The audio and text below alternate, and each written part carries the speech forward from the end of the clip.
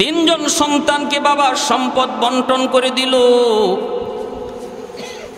একজন সন্তান ছিল বড় খারাপ, এর অভ্যাস ছিল খারাপ, চরিত্র ছিল খারাপ, বাজে কাজে মন্দ কাজে সময় ব্যয় করে, জুয়া খেলে, মদ খায়, গাঞ্জা খায়।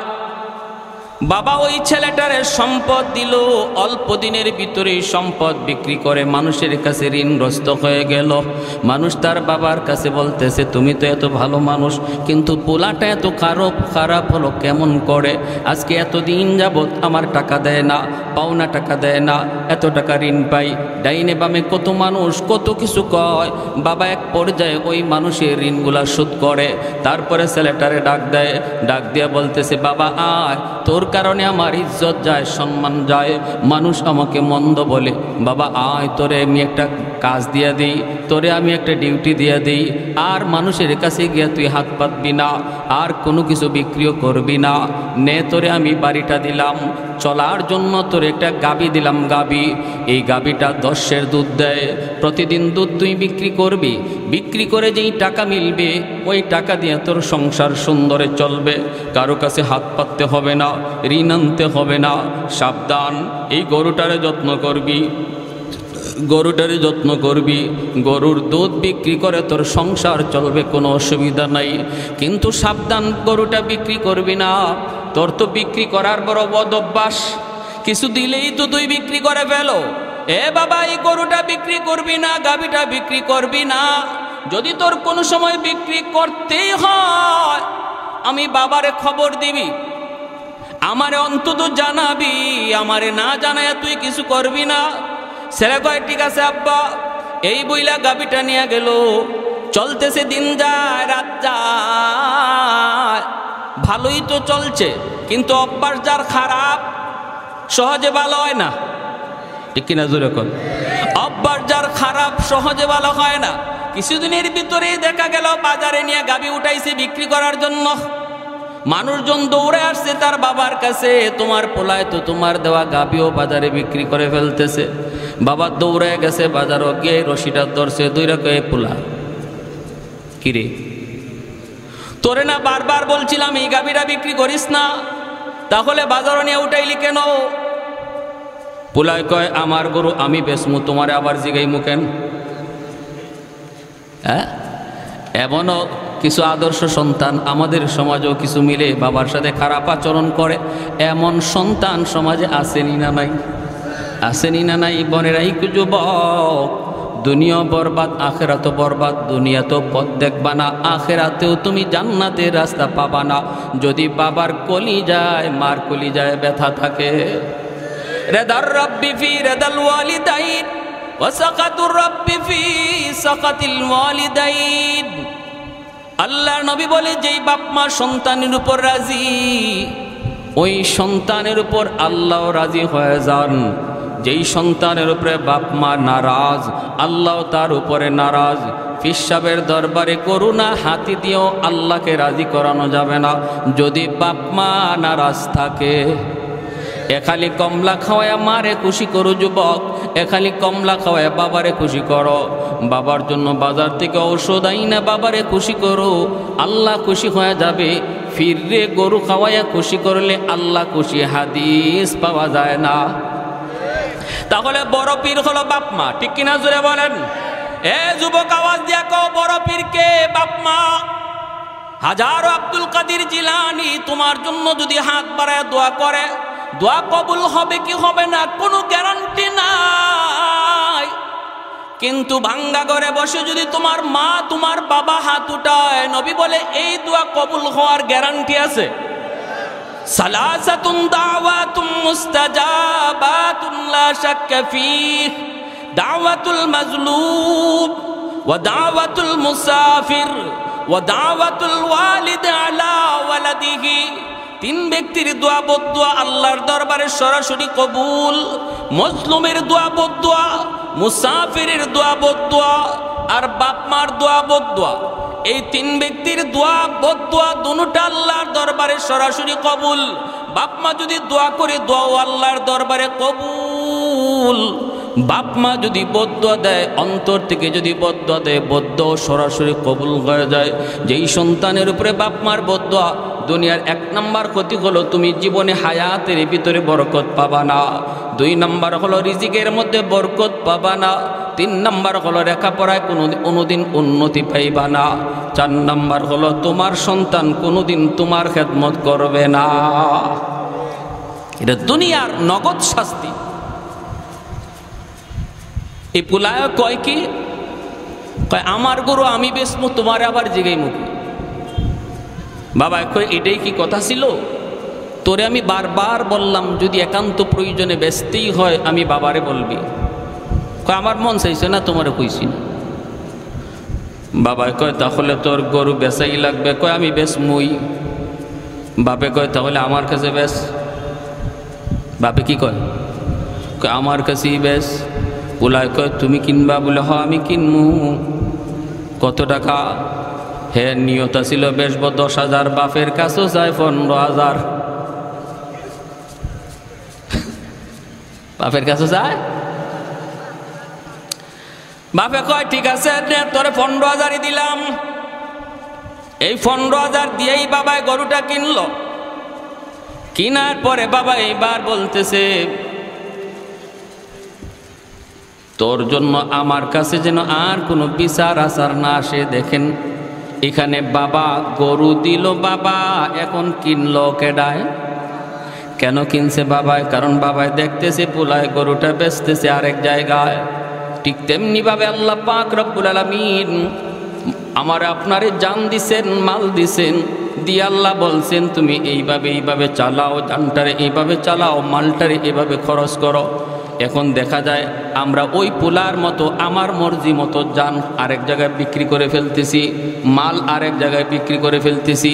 তখন আল্লাহ কয় এরা বান্দা রাখ রাখ রাখ, তুই যখন বেচবি আমি আল্লাহর কাছে বেচ, আমি তোর জানমাল কিনে নিলাম। সুবহানাল্লাহ। বিনিময়ে তোমার জান্নাত দিলাম, জান্নাত কিনলাম। কি কেনার পরে আবার তোর কাছেই দিয়া দিলাম। কিনছি আমি, কিন্তু ভোগ করার অধিকার দিলাম তোমারে। এই দেহর দ্বারা, এই জানের দ্বারা, মালের দ্বারা যত উপকার লাভ করা যায় তুমি করো, আমি আল্লাহ লাগবে না। তুমি এই দেহ দ্বারা, এই মাল দ্বারা, জান দ্বারা উপকৃত হও। যদি তুমি আমাকে আমার দেওয়া, আমার কিনা ওই জানমাল আমার মর্জি মতো চালায়া তুমি কবরে যাইতে পারো আমারে বুঝ দিয়া, আমার মাল আমারে বুঝ দিয়া যদি কবরে যাইতে পারো, আমি আল্লাহ তোমার মাল তোমারে সঠিকভাবে বুঝাইয়া দিব। আর একটু জোরে সুবহানাল্লাহ।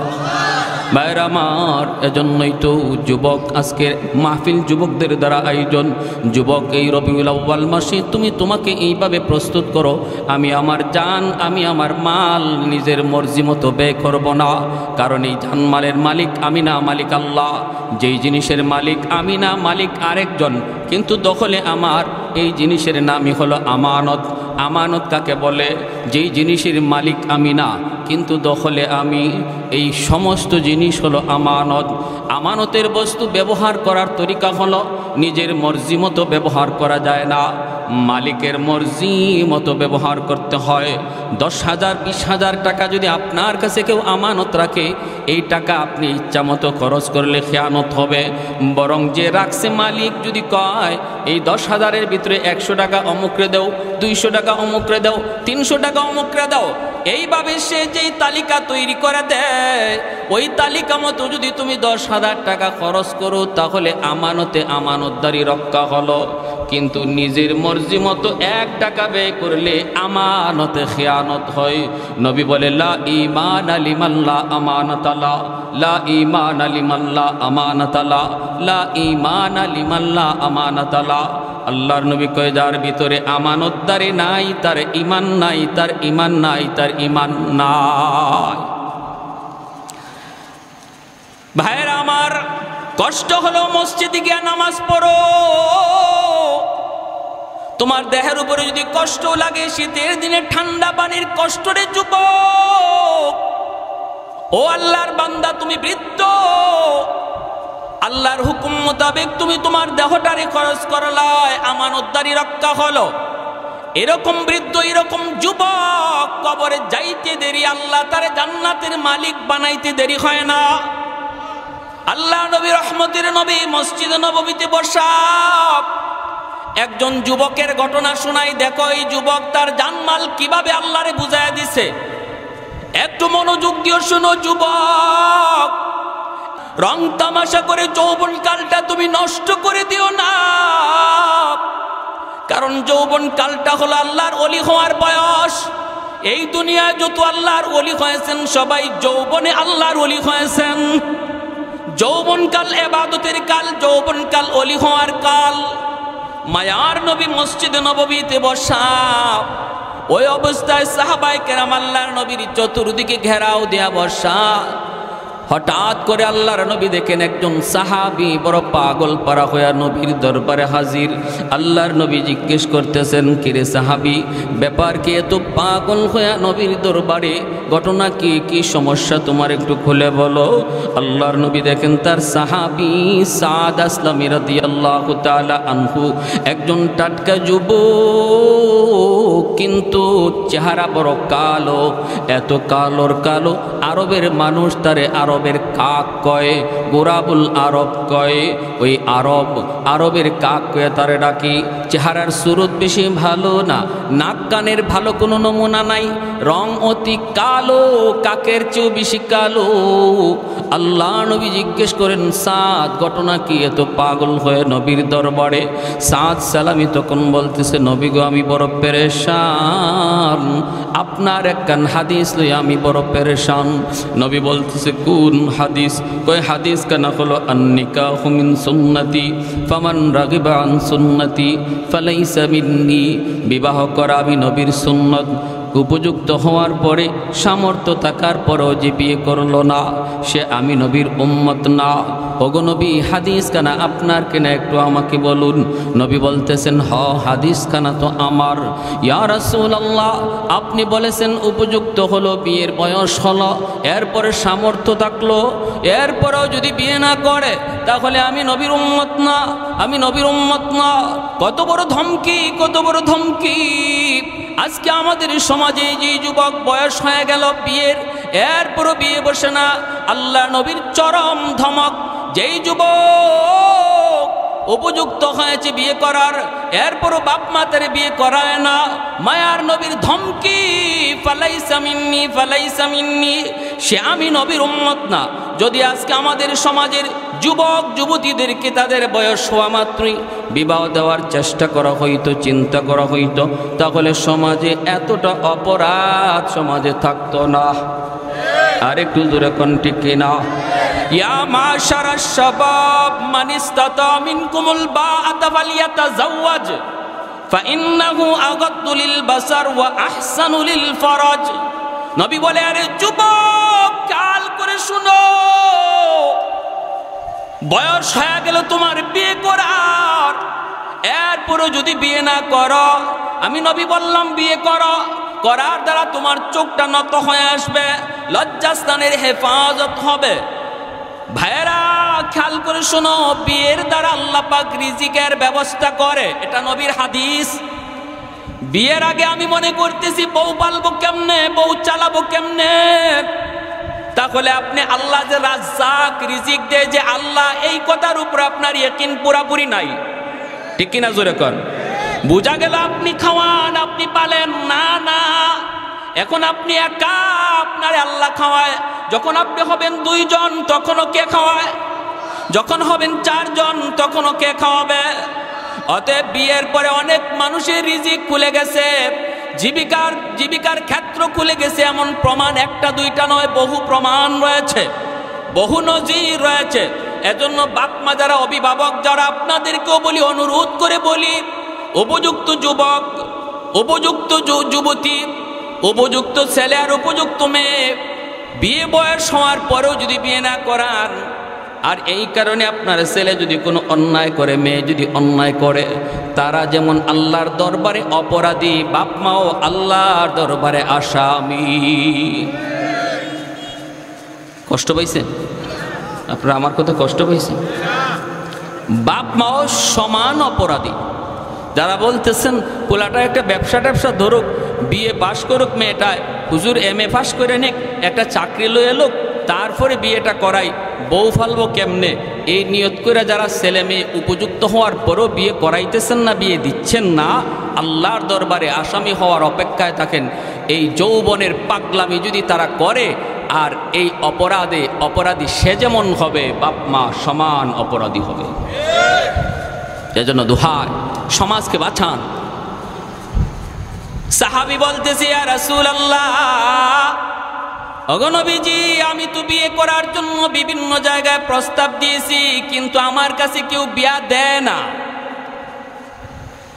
নবী বলে, কেন দেয় না? কয়, আমার মদিনায় কোনো বাড়ি নাই, মদিনায় কোনো ঘর নাই, আমি তো মক্কা থেকে হিজরত করে মদিনায় এসেছি। সাহাবায়ে কেরামের ভিতরে দুই দল, একদল মুহাজির আর একদল আনসার। মদিনার সাহাবীদেরকে আনসার বলা হয়, নবীর সাথে মক্কা থেকে যারা হিজরত করে মদিনায় এসেছে তাদেরকে মুহাজির বলা হয়। মুহাজিরদের মদিনায় কোনো নিজস্ব ঘর বাড়ি ছিল না, আনসাররা তাদেরকে জায়গা দিচ্ছেন। ওই রকম একজন মুহাজির সাহাবী হলেন সাদ সালামি। তিনি বলেন, নবী গো, আমি যে বিয়ে কইরা বউ আনমু, বউ রাখমু, কই ঘর নাই, বাড়ি নাই। আমার তো বাড়ি মক্কায়, আমার বাড়ি দখল করে রেখেছে আবু জাহেল, আমার বাড়ি দখল করে রেখেছে মক্কার উতবা সাহেবা, আমার বাড়ি তো দখলে আজকে বেদিনদের, বেঈমানদের। দিনের খাতিরে, ধর্মের খাতিরে আপনার মহব্বতে বাড়িঘর সব ছেড়ে এসেছি গো নবী, কিন্তু এখানে আমি আরেকজনের বাড়িতে থাকি, আমি এখন বউ আনলে কই রাখবো, এজন্য আমাকে কেউ বিয়ে দিতে রাজি হয় না। এটা হলো এক কারণ। দ্বিতীয় কারণ হলো, নবী গো, আপনি আমার চেহারাটা একবার দেখুন, চেহারাটা এত কালোর কালো, আমার গায়ের রং এত কালো, এত কালো, চেহারার কোনো নমুনা ঢকঢাকও ভালো না, এজন্য আমারে কেউ বিয়ে দেয় না। এখন আমি কি করব গো নবী? আপনি তো বলেছেন বিয়ে যদি কেউ না করে সে আমার উম্মত না, আমার তো শারীরিক চাহিদা রয়েছে বিয়ে করার, আমি এখন বিয়ে না করলেনি চলে, কেউ বিয়া দেয় না, তে আমি কি করমু? আমি এখন করমু কি? আপনি আমার একটা বুঝ দেন। বিয়া যদি করতেই হয় কোন জায়গায় বিয়ার প্রস্তাব দিমু, আর যদি বিয়া না করলে চলে, আপনি আমারে অনুমতি দেন। আল্লাহর নবী কয়, সাদ রে, কেউ বুঝি তোমার কাছে বিয়ে দেয় না? কয়, না গো নবী, কেউ বিয়ে দেয় না। আল্লাহর নবী কয়, যাও, আমি নবী তোমারে পাঠাইলাম মদিনার অমুক একজন জমিদার, নতুন মুসলমান হয়েছে, তার একমাত্র একটা মেয়ে আছে, জমিদার, সম্পদের কোনো অভাব নাই, মেয়েটাও এত সুন্দর, মদিনার মানুষ তারে হুরে মদিনা কয়ে ডাকে, মদিনার হুর, মদিনার হুর, এত সুন্দরী, এত সুন্দরী। ওই মেয়েটার জন্য আমি তোমাকে পাঠাইলাম, বিয়ের প্রস্তাব লইয়া যাও। আরেকটু জোরে কন্যা সুবহানাল্লাহ। কে পাঠাইতেছেন? বলেন নবীজি। কে পাঠাইতেছেন? আমার নবী, রহমতের নবী পাঠান। সাদ সালামি সাথে সাথে দৌড় শুরু করে দিলেন, একটু চিন্তা করলেন না, কই যাইতেছি বিয়ার প্রস্তাব লইয়া, হায় হায় কই যাইতেছি, জমিদারের মেয়ে, গরিবের মাইয়া, আমার কাছে বিয়া দেয় না, আর নবী আমারে পাঠাইতেছে জমিদার বাড়িত। হায় হায়, বিশ্ব সুন্দরী মদিনার মানুষ যারে হুর কয়, হুর, আমারে কালো মাইয়াই কেউ দেয় না, নবী আমারে হুরের কাছে পাঠায়। বুঝছি আমার কপালে মনে হয় বিয়া নাই, মাইর আছে। আমরা হইলে কত চিন্তা করতাম, ঠিক কিনা? আমরা হইলে মনে মনে ভাবতাম, বুঝছি নবী আমাকে নিজের দরবার থেকে কেমনে তাড়ায়া দেব, এইভাবে না তাড়ায়া যাও মিয়া, কেউ বিয়া দেয় না, তে আমি কি করমু? এই কথা নবী না বইলা কোনো একটা শুরুতে হয়তো আমাকে দরবার থেকে ভাগাইছেন, এমনটা আমরা হলে ভাবতাম। কিন্তু তারা তো নবীর সাহাবী, তারা তো আমার নবীর কথার উপরে কি পরিমাণ ইয়াকিন, আমার নবীর কথার উপরে কি পরিমাণ বিশ্বাস, কি পরিমাণ ইয়াকিন। জীবন যাবে তবুও নবীর কথা ফালাইতে পারেন না সাহাবীরা, ঠিক কিনা? জান যাবে তবু আমার নবীর কথা ফালানো যাবে না। সাদ সালামি দৌড় শুরু করে দিলেন বিয়ার প্রস্তাব লইয়া। মাঝখানে সাহাবীরা পাইছে কি রে সাদ এত পাগল হয়ে কই যাও? সাদ সালামি বলতেছে আমি বিয়ার প্রস্তাব লইয়া যাই। সাহাবীরা কয় কার বাড়িতে যাও? কয় অমুকের বাড়িতে। সাহাবীরা কয় কসকি বেটা কার লাগি বিয়ার প্রস্তাব? কয় আমার লাগি। কি কয় কার জন্য? কয় আমার জন্যই। কয় নিজের চেহারাটা একটু আয়নায় দেখছো নি? নিজের চেহারাটা একটু আয়নার সামনে দেখছো নি? সাদ সালামি কয় দেখছি তো। কয় তাহলে কোন সাহসে তুমি হুরে মদিনারে বিয়ে করতে যাও? একটু কি ভয় লাগে না? গেলে পরে তুমি বিয়ার প্রস্তাব দিয়া বাড়ি থেকে ফিরতে পারবাইনি নাকি ওখানে বাইন্দা তৈব? এটাও তো একটু তোমার হিসাব করা দরকার। সাদ সালামি কয় আমি তো বিয়ার প্রস্তাব দেই নাই, প্রস্তাব দেওয়াইছেন দ্বীনের নবী, মায়ার নবী। আর একটু জোরে সুবহানাল্লাহ। হুরে মদিনার বাড়িতে গিয়া বিয়ার প্রস্তাব দিয়া উনি আইবার ফারছে না ফারছে না এটা শুনবার ইচ্ছা আসেনি আপনাদের? কার কার আছে একটু হাত উঠে আল্লাহরা দেখান একটু জোরে। নারে তাকবীর, নারে তাকবীর, দ্বীন ইসলাম। মাশাআল্লাহ। প্যারে হাজরিন হাত নামান।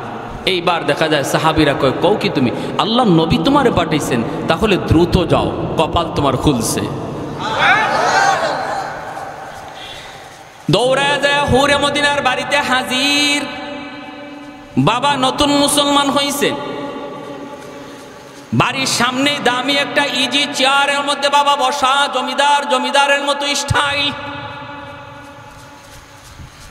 সাদ সালামি নেহায়েত গরিব একজন সাহাবী, চেহারার মধ্যে গরিব যে বোঝা যায়, আবার কালো তো কালো, চেহারার কোনো ঢক নাই ডাক নাই।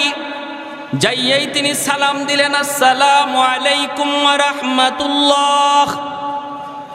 হুরে মদিনার বাবাই কয় ওয়া আলাইকুম আসসালাম ওয়া রাহমাতুল্লাহ। সালাম দেওয়ার সহি তরিকা কিভাবে? আসসালামু আলাইকুম ওয়া রাহমাতুল্লাহ, এতটুকু পর্যন্ত বলা, এটা হলো সালামের সহি তরিকা। কেউ যদি খালি কয় আসসালামু আলাইকুম, হবে সালাম, তবে অর্ধেক হইবে, অর্ধেক হবে না। অর্ধেক দোয়া হইছে, অর্ধেক দোয়া হয় নাই। আবার আমাদের দেশে কিছু রাজনৈতিক সালাম আছে, আসসালামু আলাইকুম। হে যে কি কইছে হেও বুঝছে না, যারে কইছে হেও বুঝছে না। আর যদি আসসালামু আলাইকুম না কইয়া কয় আসসালামু আলাইকুম, তো সাম শব্দের অর্থ হইছে মরণ। আসসালামু আলাইকুম অর্থ হইল তোমার উপরে শান্তি নাজিল হোক, আর আসসালামু আলাইকুম অর্থ হইল তুমি তাড়াতাড়ি মরো। শান্তির দোয়া না কইরা মরার দোয়া।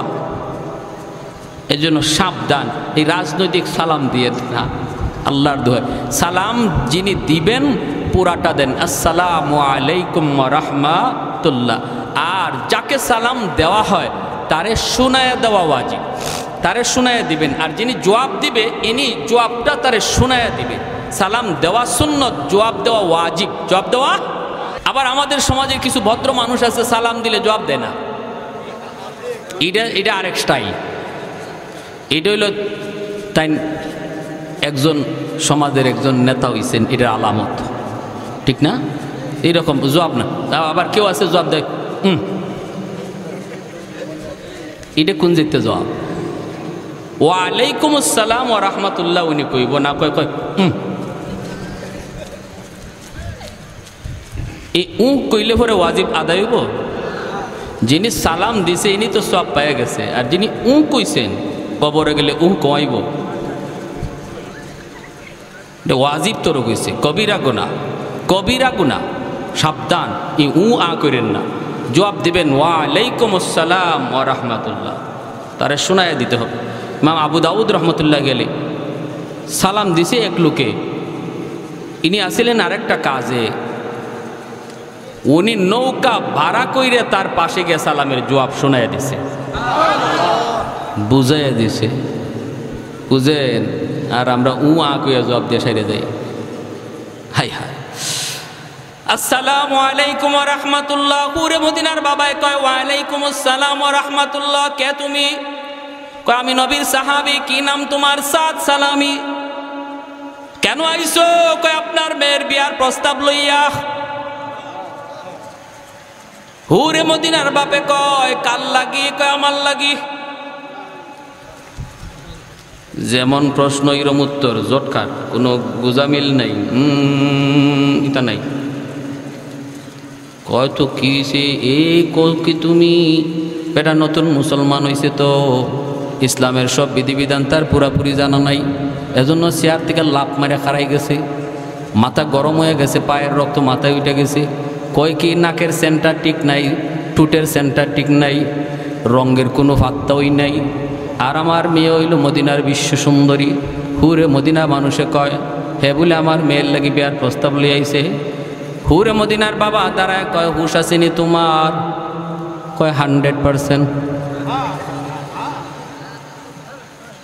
নিজের চেহারাটা আয়নার সামনে দেখছো নি? কয় প্রতিদিন দেখি। হয়তো কেমনে তুমি সাহস করছো? কয় আমি তো করি নাই। কে করাইছে? কয় আমার নবী পাঠাইছে। আল্লাহু আকবার, সুবহান। নতুন মুসলমান হয়েছে তো এরপরও হজম করতে পারে না, কারণ রাগটা বেশি হয়ে গেছে।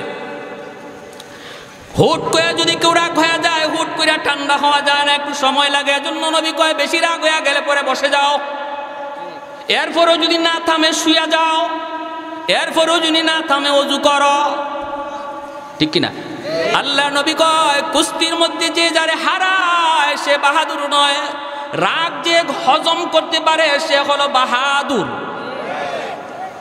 সে হলো বউয়ের সাথে রাগ হয়ে গেছে, যুবক একটা নিরীহ মহিলা, মা বাবা সব চাইরা, ভাই বোন সব চাইরা, স্বামীর হাত ধরে অচেনা জায়গায় এসেছে।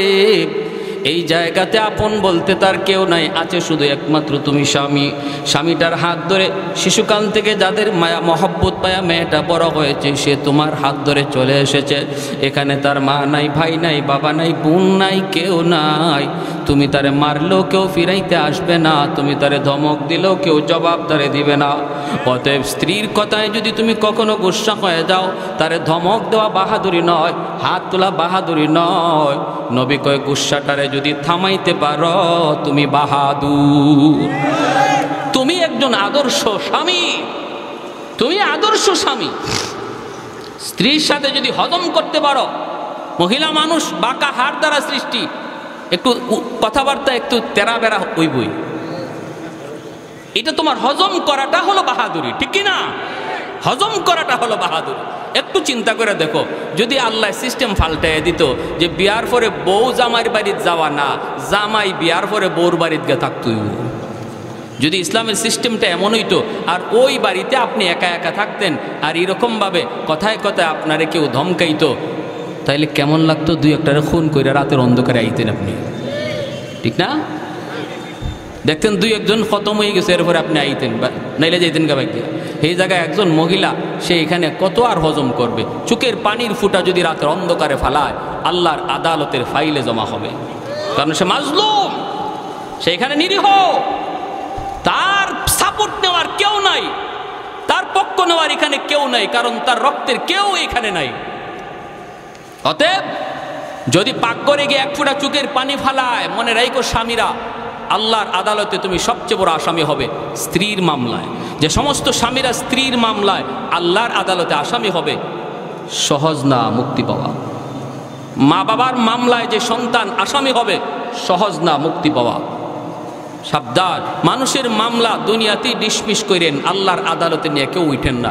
এটা বড় খতরনাক এক আদালত, যে আদালতে ঘুষ দেওয়ার কোনো সিস্টেম নাই।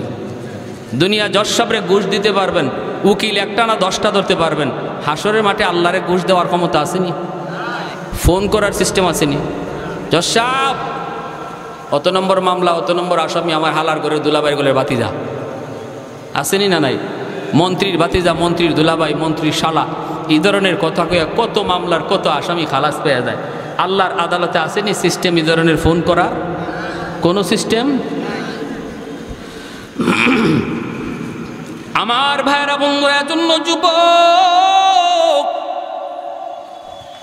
ওই আল্লাহর বান্দা গুসা হয়ে গেছে অনেক, ডাক দিয়া বলতেছে, রে সাদ, নবীর উপর ঈমান এনেছি, আল্লাহ নবীর সব কথা মানি, কিন্তু এই কথাটা মানতে পারলাম না, কারণ আমি আমার মেয়ের বাবা, আমি তার ওলি, আমি তার অভিভাবক। আর ইসলামের বিধান হলো অভিভাবক যারে পছন্দ করে, যেখানে পছন্দ করে সেখানে বিয়ে দিবে। অতএব আমি আমার মেয়েকে তোমার কাছে বিয়ে দিতে পারি না, যাও তুমি আমার বাড়ি থেকে বের হয়ে যাও। এই বইলা সাদ সালামীকে হুরে মদিনার বাবা বাড়ি থেকে তাড়ায় দিছে। এনিও মনে কষ্ট নিয়ে চলে আসতেছেন। বলুন তো দেখি, কেউ যদি বলে আমি নবীর আশিক কিন্তু নবীর কথা মানি না, এ আশিক না বাটফার? আরো জোরে, আরো জোরে।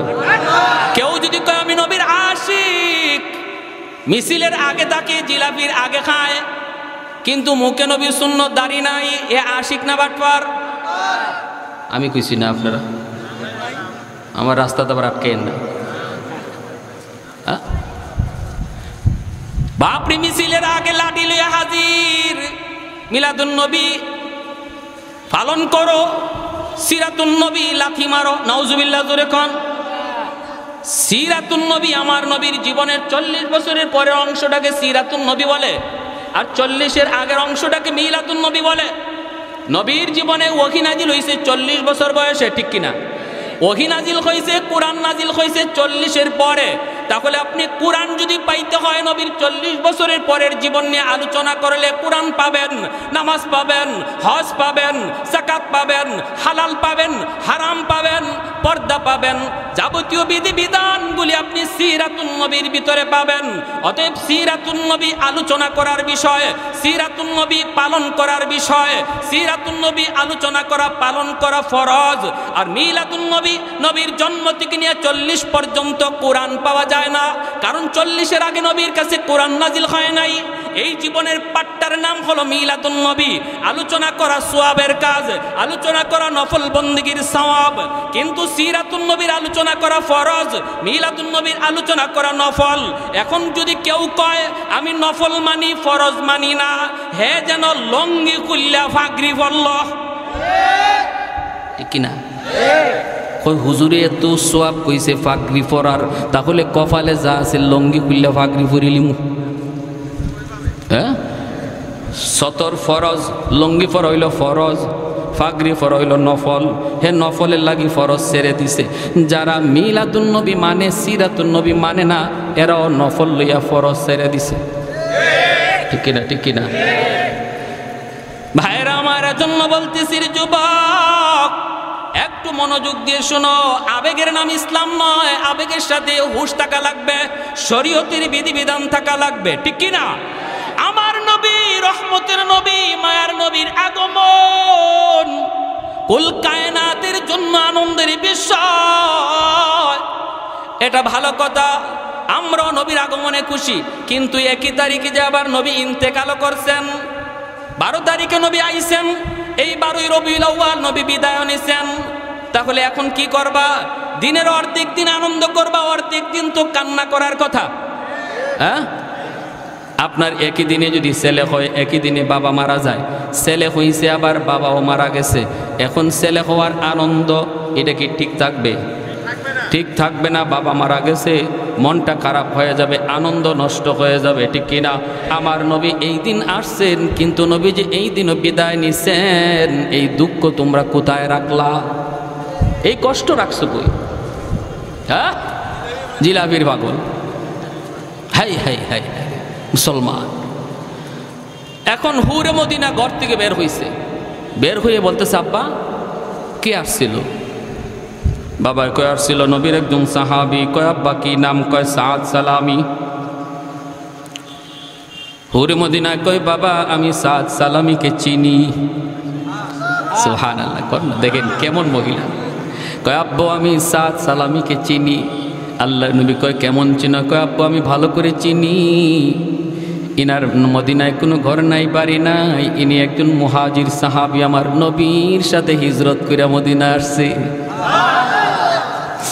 ও বাবা আমি তারে চিনি, অনেক কালো, অনেক কালো, তার মতো কালো আরবে কেউ নাই, এত কালো। এজন্য আরবের মানুষ গুরাবুল আরব কয়, আরবের কাক। এমনি বাবা কয় মারে তাহলে তুই আমার মনের ব্যথাটা বুঝবি। মা তুই কত দেখি এমন একটা মানুষ আইছে তোমার জন্য বিয়ের প্রস্তাব নিয়া, মা আমি কেমনে সেটা সই, আমার রক্ত মাথায় উইটা গেছে। আমার মেয়ে হলো মদিনার সবচেয়ে সুন্দরী, আমার মেয়ে হলো হৌরে মদিনা যার উপাধি, আমি হলাম মদিনার একজন জমিদার, আর আসছে একজন মানুষ যার মদিনায় ঘর নাই বাড়ি নেই, আবার চেহারা সুরতের কোনো ডক নাই ডাক নাই। মা একটু বল তো আমি কেমন করে তার প্রস্তাবটা মেনে নিই। আমি তো ধমক দিয়ে বের করে দিছি।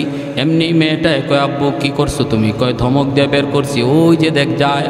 এমনি হুরে মদিনায় কয় আব্বু একটা কথা তোমারে জিজ্ঞেস করি গো আব্বু, তুমি কি সাদ সালামিরে জিজ্ঞেস করেছ এই সাদ কার দরবার থেকে এসেছি? বাবা কো তুমি কি তারে জিজ্ঞেস করেছো সাদ কার কাছ থেকে এসেছে? একটু জিজ্ঞাইছো নি? বাবা কই মারে আমি জিজ্ঞাইছি, নবীর দরবার থেকে এসেছে। ও বাবা তুমি কি তারে জিজ্ঞাইছো বিয়ের প্রস্তাবটা কে দিছে, সে নিজে না নবী দেওয়াইছেন? বাবা কন এটাও জিজ্ঞাইছি, সে নিজে দেয় নাই, নবী দেওয়াইছেন, নবী প্রস্তাব দেওয়াইছেন। এমনি হুরে মদিনা কান্না শুরু করে দিছে, চোখের পানিটা মুছে আর কয় বাবা গো তুমি সর্বনাশ করে ফেলেছো, বাবা তুমি ডাকাতি করে ফেলেছো গো বাবা।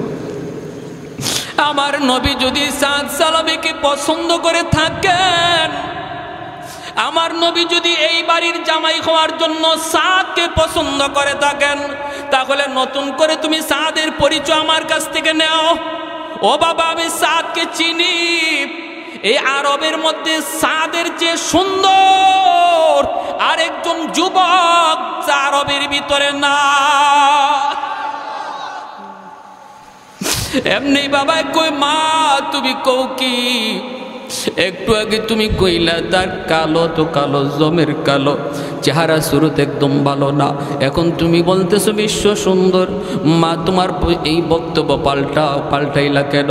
মেয়ে তখন বলতেছে বাবা গো তুমি এখনো বুঝো নাই, আমার রহমতের নবী সরওয়ারে দু জাহান যেই চোখ দিয়া এই বাড়ির জামাই পছন্দ করেছেন, এই চোখের চেয়ে সুন্দর চোখ দুনিয়াতে আল্লাহ কাউরে দেয় নাই। আমার নবীর আল্লাহ যে চোখ দিছে, এত দামি চোখ দুনিয়ার কাউরে আল্লাহ দেয় নাই, দেয় নাই, দেয় নাই।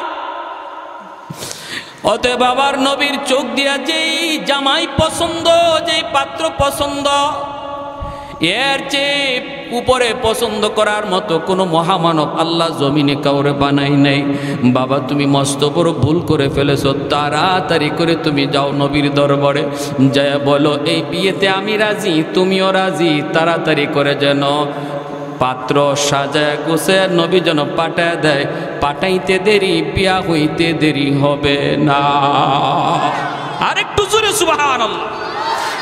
तकबीर में कलमा में नमाजों में अज़ा में, तकबीर में कलमा में नमाजों में अज़ा में, है नाम ये लाही से मिला नाम मुहम्मद, है नाम ये लाही से मिला नाम मुहम्मद।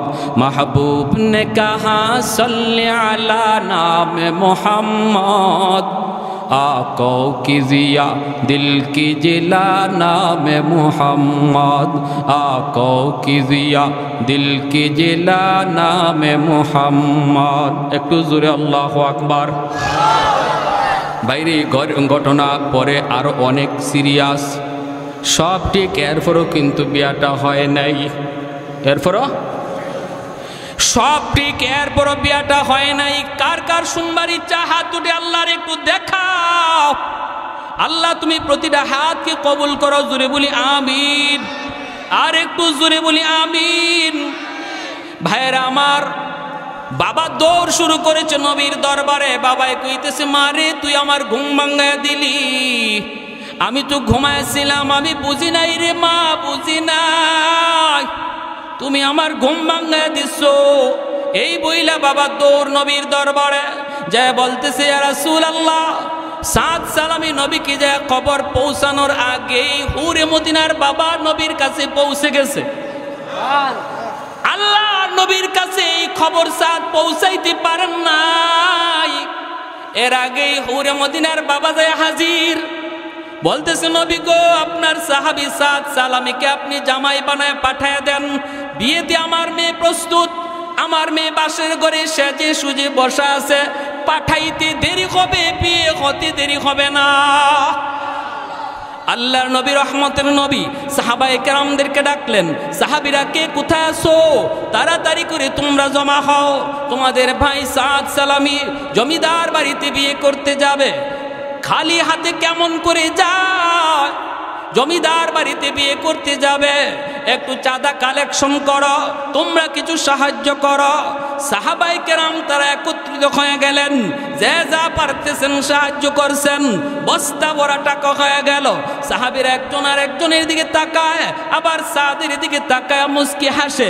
সাহাবীরা কয়, সাদ রে কেমন চান কপাল লইয়া আইসু, প্রিন্সের মতো আমাদের এক একজনের চেহারা, এরপরও হুরে মদিনাকে বিয়ে করার স্বপ্ন দেখতে পারি নাই, আর তোমার চেহারা তোমার কাছেই ভালো লাগে না, তবুও তুমি হুরে মদিনা পায়া গেছো, কেমন চান কপাল লইয়া আইসো।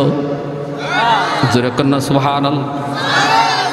ভাইরে জন্য মনে রাখবা, যে সমস্ত পুরুষেরা খুব সুন্দর পুরুষ, সুটাম দেহের পুরুষ, চেহারা বড় সুন্দর, কালো বউ পাইছেন, আফসোস কইরেন না, কারণ এটা তকদিরের ফয়সালা। হ্যাঁ, আর যারা বউ পাইছেন খুব সুন্দর, নিজে খুব কালো, শুকরিয়া আদায় করেন। কি আদায় করেন? এটা কে মিলাই দিছে? বস্তা ভরা টাকা নিয়ে সাদ সালামি মনের আনন্দে রওনা দিছে, বিয়ে করার জন্য বাজার করবে। বাজার, মনের ভিতরে কত আনন্দ। বাজারে গিয়ে মনের আনন্দে তিনি সদাই কিনলেন, অলংকার কিনে ফেললেন, শাড়ি কিনে ফেললেন। ওই অবস্থায় মনের আনন্দে ঘোড়ার পিঠে মাত্র উঠছেন, তিনি ঘোড়ার পিঠে উইটা তিনি রওনা দিবেন। এইদিকে হুরে মদিনার বাড়িতে অসংখ্য অগণিত মানুষের আনাগোনা, জমিদার মানুষ, মদিনার ভিআইপি মানুষগুলাকে তিনি দাওয়াত করেছে। আবার হুরে মদিনা বান্ধবীদেরকে দাওয়াত করে এনেছি। রম রম করতেছে পুরা বাড়িটা, মানুষই গিজগিজ করতেছে, সবাই অপেক্ষায় নতুন জামাই আসবে। এই অবস্থায় বাসর করে বান্ধবীরা হুরে মদিনাকে সাজায়। হুরে মদিনা বহু খুশি। বান্ধবীরা কয়, কি রে হুর, কি খবর, এত আনন্দ? কয়, আমার স্বামীকে পছন্দ করছে জাননি, পছন্দ করছেন সরওয়ারে দু জাহান রাহমাতুল লিল আলামিন, এজন্য আমি মহা খুশি। এইদিকে আমার ভাইরা, ওই সাদ সালামি তিনি ঘোড়ার পিঠে উঠবেন, হঠাৎ করে তিনি আওয়াজ শুনতে পাইলেন। বাজারের এক মাথা থেকে আরেক মাথায় একজন মানুষ লাল কাপড় নিয়ে দৌড়ায়, আর একটা আওয়াজ দেয়, আসুনি কোনো মুসলমান, অমুক জায়গায় জিহাদ, অমুক জায়গায় যুদ্ধ চলছে বেঈমানদের সাথে সাহাবায়ে কেরামের। ওই যুদ্ধে মুসলমান পরাজিত হওয়ার পথে মুসলমানের রক্ত ঝরছে। আসুনি কেউ মুসলমানের সাহায্যে তুমি যুদ্ধে যাবা, আসুনি কেউ নবীর আশিক তুমি যুদ্ধে যাবা, মুসলমান পরাজিত হওয়ার পথে। আওয়াজটা যেই মাত্র সাদ সালামির কানে আসলো, সাথে সাথে ঘোড়ার লাগাম ধরে তিনি ঘোড়া আটকায় দিলেন। এইবার নিজের মনকে জিজ্ঞেস করেন, রে সাদের মন, একটু বল তুই কোন দিকে যাবি? একদিকে বাসর ঘর, মদিনার সবচেয়ে সুন্দরী তোর অপেক্ষায় বসা, তোর জন্য হাজারো মানুষ অপেক্ষায়, অন্যদিকে তোর মুসলমান ভাইয়ের রক্ত ঝরছে জিহাদের ময়দানে। এ সাদ, একটু বল, তুই কি বাসর ঘরে যাবি নাকি গলা কাটতে জিহাদের ময়দানে যাবি?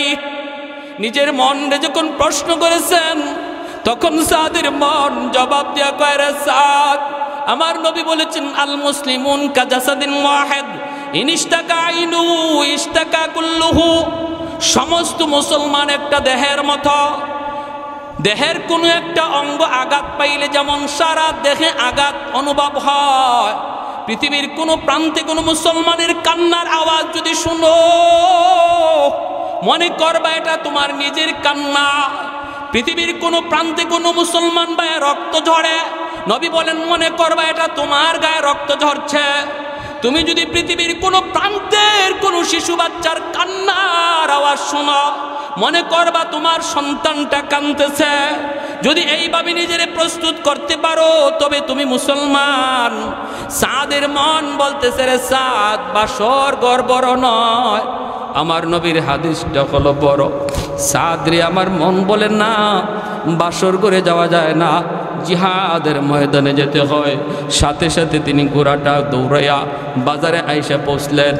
সদাইগুলি আবার মালিককে বুঝাইয়া দিচ্ছেন, টাকাগুলি ফেরত নিতেছেন। দোকানদার কয়, ভাই আপনি কি বিয়া করবেন না?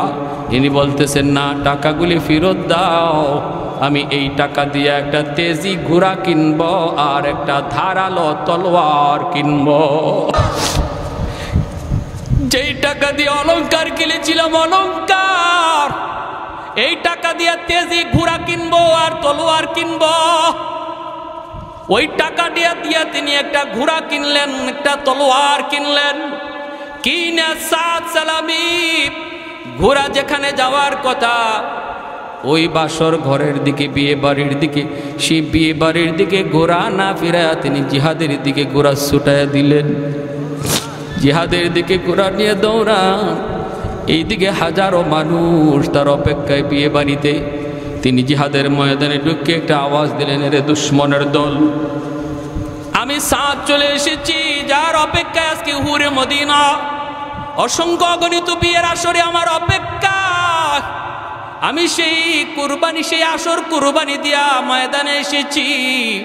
আমার তলোয়ারের নিচ থেকে একটা বেঈমানরেও আমি জীবিত যাইতে দেব না।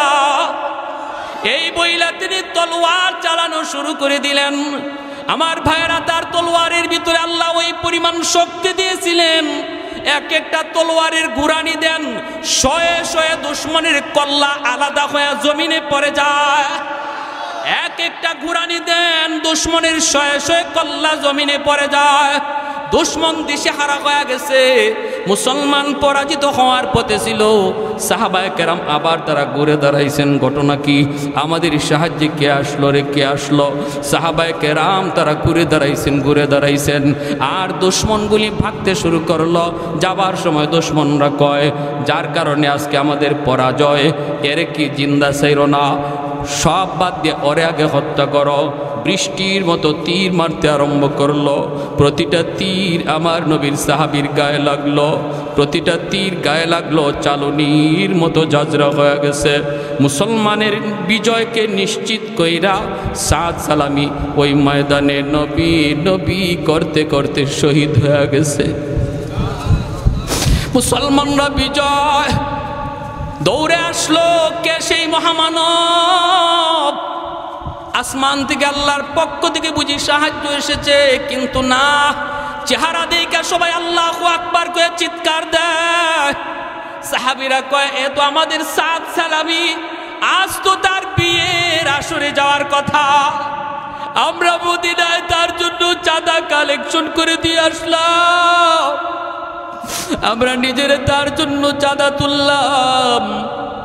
আজকে তার জীবনের সবচেয়ে আনন্দের দিন, তার জীবনের সবচেয়ে আনন্দের দিন। সাদ তো মনে হয় বিয়ের আসরে যায় নাই, আমাদের সাহায্যে যুদ্ধে চলে এসেছে। একজন সাহাবী কাঁদতে কাঁদতে মদিনায় নবীর দরবারে হাজির। আমার নবী মসজিদে নববীতে বসা। সাহাবী কান্দে আর কয়, নবী গো, অমুক যুদ্ধে আমরা বিজয় লাভ করেছি। আল্লাহ নবী কই, বিজয় লাভ করেছো তো আবার কান্দো কেন? সাহাবী চোখের পানি মুছে আর কই, নবী গো, আমাদের বিজয় নিশ্চিত করেছে আপনার সাহাবী। নবী গো, আমার সাহাবী কে? আপনার সাহাবী সাদ সালামি। আল্লাহ নবীর চোখ দিয়ে দর দর করে পানি পড়তে শুরু হলো। নবী নিজেও কান্দে আনার বলেন, সাহাবীটা তুমি কও কি, আমার সাদ তো আজকে বিয়ের আসরে যাওয়ার কথা, আজকে তো হুরে মদিনার সাথে তার বিয়ে হওয়ার কথা। কয়, নবী গো, আপনার সাহাবী বিয়ের আসরে যায় নাই। ও গো নবী, জান মাল আল্লাহর রাস্তায় আল্লাহর কাছে বিক্রি, এর প্রমাণ পেশ করেছে, নজরানা পেশ করেছে। জিহাদের ময়দানে সে শহীদ হয়ে গেছে। আল্লাহর নবী রহমতের নবী তখন বলতে, আমাকে ময়দানে নিয়ে চলো, আমার সাদের লাশ আমি নবী নিজের হাতে কবরে রাখবো। আমি সাদের জানাজার নামাজ পড়াবো। নবী জানাজার নামাজ পড়ে যখন লাশটা নিয়ে রওনা দিচ্ছেন, সাহাবাই কেরাম দেখেন নবীজি জমিনের মধ্যে পা ভালো করে লাগান না, উকি দিয়ে নবী হাঁটতেছেন। সাহাবিরা কয়, নবী গো আপনি পা জমিনে লাগান না, কষ্ট হইতেছে গো নবী। আল্লাহ নবী কয়, রে সাহাবিনা শুনো, এই পরিমাণ রহমতের ফেরেশতা জমিনে নাজিল হইছি, আমি পা রাখার জায়গা পাইতেছি না। উপরের দিকে নবী তাকায়, একবার তাকাইলে নবীজি হাসে, নিচের দিকে তাকাইলে নবী কান্দে। হযরত ওমর কয়, নবী গো আপনি উপরে তাকায় কাঁদে হাসেন, নিচে তাকাইলে কাঁদেন কেন? নবী বলে, রে ওমর, আমি আমার সাদের দিকে যখন তাকাই তার কুরবানির কথা ইয়াদ হলে পরে আমার চোখ দিয়া পানি আসে। আল্লাহর জন্য এতটা পাগল, এতটা পাগল। হাসরের ময়দানে যারা দুনিয়ার লোভে পইরা আল্লাহ বলে যাবে, তাদের সামনে আল্লাহ আমার সাদরে হাজির করবে। দুনিয়ার রং তামাশা, সুন্দরী বউ পাইয়া সুন্দরী প্রেমিকার তালে পইরা যারা আল্লাহ বলে গেছে, তাদের সামনে আল্লাহ আমার সাদরে হাজির করবে। একটু বল দেখি, তুই যার পাগল ছিলে আমার আল্লাহ কি ভুলে গেছিলে? তোর সেই প্রেমিকা, তোর সেই বউ, তোর সুন্দরী সেই বধূ, সে সুন্দরী ছিল না হুরে মদিনা সুন্দরী ছিল? আমার সাদ যদি এত সুন্দরীকে ত্যাগ করতে পারলো, কোরবানি দিতে পারলো, আল্লাহর জন্য তুই কেন পারবি না? আল্লাহর নবী কয়, আমি আমার সাদের দিকে তাকাইলা পরে চোখের পানি জড়ায় কান্দি। আসমানের দিকে যখন তাকাই তখন দেখি প্রথম আকাশে জান্নাতের হুররা নেমে এসেছে, আর ওদেরকে আল্লাহ পাক বাসর করে বসায় রাখছে জান্নাতি হুর। জান্নাতি হুরদের হাতে আমি মেহেদি দেখেছি, জান্নাতি হুরদের হাতে আমি অলংকার দেখেছি। ওই জান্নাতি হুররা আমার ডাইকা বলতেছে, নবী গো আপনার সাদরে আপনি তাড়াতাড়ি কবরে রাখুন। যেই সাদ দুনিয়ার হুরের মায়া কুরবানি দিয়া শহীদ হয়েছে, তারে কবরে রাখতে দেরি হবে আল্লাহ পাক আমাদের সাথে তার বিয়ে পড়াইতে দেরি হবে না। এজন্য আকাশের দিকে তাকাইলে পরে আমি হাসি। ভাইরা বন্ধুরা, আমার নবী রহমতের নবী কবরে নাইমা সেই সাদ সালামের দেহটাকে মাটিতে রাখলেন। এজন্য আল্লাহ বলতেছেন, ইন্নাল্লাহ হাশতারা মিনাল মুমিনিনা আনফুসাহুম ওয়া আমওয়ালাহুম বিআন্না লাহুমুল জান্নাহ। নবী কবরে রাখছেন। এরপরে সাহাবীদের একটা কাণ্ড ঘটছে, কবরের উপরে একটা কাণ্ড ঘটছে। ভাইরা বন্ধুরা, কি কাণ্ডটা ঘটছে আমি একটু সময়ের ভিতরেই শেষ করব, বলবো। এর আগে শুধু একটা আবদার করি, বলুন, একটু আওয়াজ দিয়ে বলুন, আমার জান আর মালের মালিক কে? আর একটু জোরে কে?